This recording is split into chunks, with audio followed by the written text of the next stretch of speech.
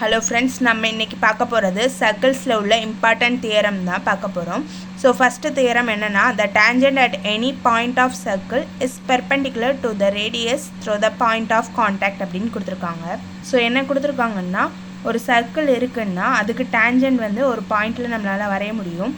So அந்த பாயிண்ட்லேருந்து சர்க்கிளோட சென்டருக்கு நம்ம ஒரு லைன் ட்ரா பண்ணோன்னா அந்த லைன் வந்து இந்த டேஞ்சன்ட்க்கு பெர்பெண்டிகுலராக இருக்கும் அப்படிங்கிறது தான் ஸ்டேட்மெண்ட். ஸோ நம்ம வந்து அந்த டேஞ்சன்ட்டும் அந்த ஸ்ட்ரைட் லைனும் நமக்கு பெர்பெண்டிகுலராக இருக்கும் அப்படிங்கிறது தான் ப்ரூவ் பண்ணணும். ஸோ இந்த டயக்ராம் எப்படி வரைஞ்சிருக்கேன்னு பார்க்கலாம் ஃபஸ்ட்டு. ஸோ நான் வந்து ஒரு சர்க்கிள் எடுத்திருக்கேன், அதோட நேமை நான் சீன்னு எடுத்திருக்கேன். So with centre O and radius R அப்படிங்கிற மாதிரி வரைஞ்சிருக்கேன். ஸோ அந்த எடுத்த டேஞ்சண்ட்டை XYன்னு எடுத்திருக்கேன். ஸோ இந்த டேஞ்சண்ட்டும் இந்த சர்க்கிளும் மீட் பண்ணுற பாயிண்ட்டை Pன்னு எடுத்துக்கிறேன். ஸோ இதை பாயிண்ட் ஆஃப் காண்டாக்ட்னு சொல்லுவோம். அதே தான் இங்கே எழுதியிருக்கேன். ஸோ சர்க்கிள் வந்து சீன்னு வரைஞ்சிருக்கேன், அதோட centre O, radius R. So இந்த OP அப்படிங்கிறது தான் XYக்கு பெர்பெண்டிகுலர் அப்படிங்கிறத நான் ப்ரூவ் பண்ணணும் அப்படிங்கிறத எழுதியிருக்கேன்.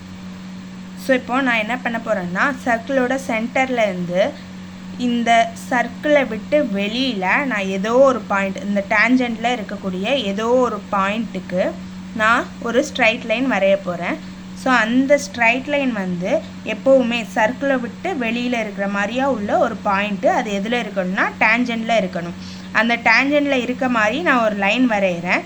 ஸோ இந்த லென்த் வந்து எப்போவுமே ரேடியஸ், அதாவது ஆரை விட அதிகமாக இருக்கும். ஏன்னா சர்க்கிளை விட்டு வெளில வந்ததுன்னா அப்போ அது ரேடியஸை விட அதிகமாக இருக்கும் அப்படிங்கிறத நம்ம தெரிஞ்சுக்கிட்டோம். ஸோ இந்த மாதிரி இந்த XYயில் எந்த பாயிண்ட்னாலும் எடுத்துக்கலாம்.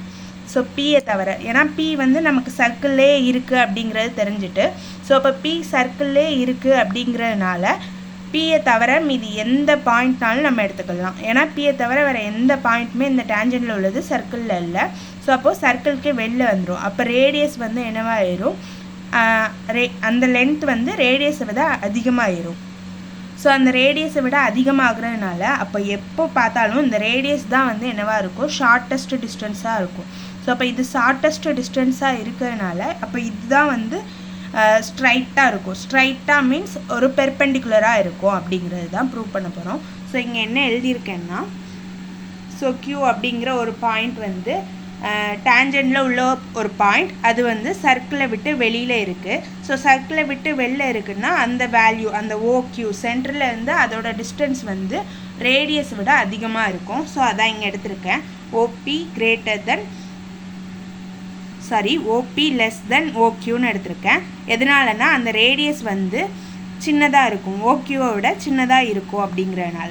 ஸோ இந்த Q வந்து நான் ஏதோ ஒரு Q தான் எடுத்தேன். அப்போது எந்த ஒரு பாயிண்ட் எடுத்தாலுமே நமக்கு எப்படி தான் இருக்கும், அந்த OP தான் வந்து சின்ன வேல்யூவாக இருக்கும், அந்த OQ அப்படிங்கிற வேல்யூ வந்து அதிகமாக தான் இருக்கும் அப்படிங்கிறத நான் சொல்கிறேன்.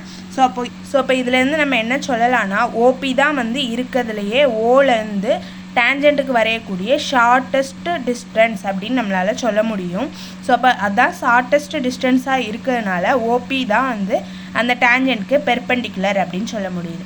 ஸோ இதுதான் நம்ம தியரம் ஸ்டேட்மெண்ட் ப்ரூவ் பண்ணிட்டோம். தேங்க்யூ ஃபார் வாட்சிங்.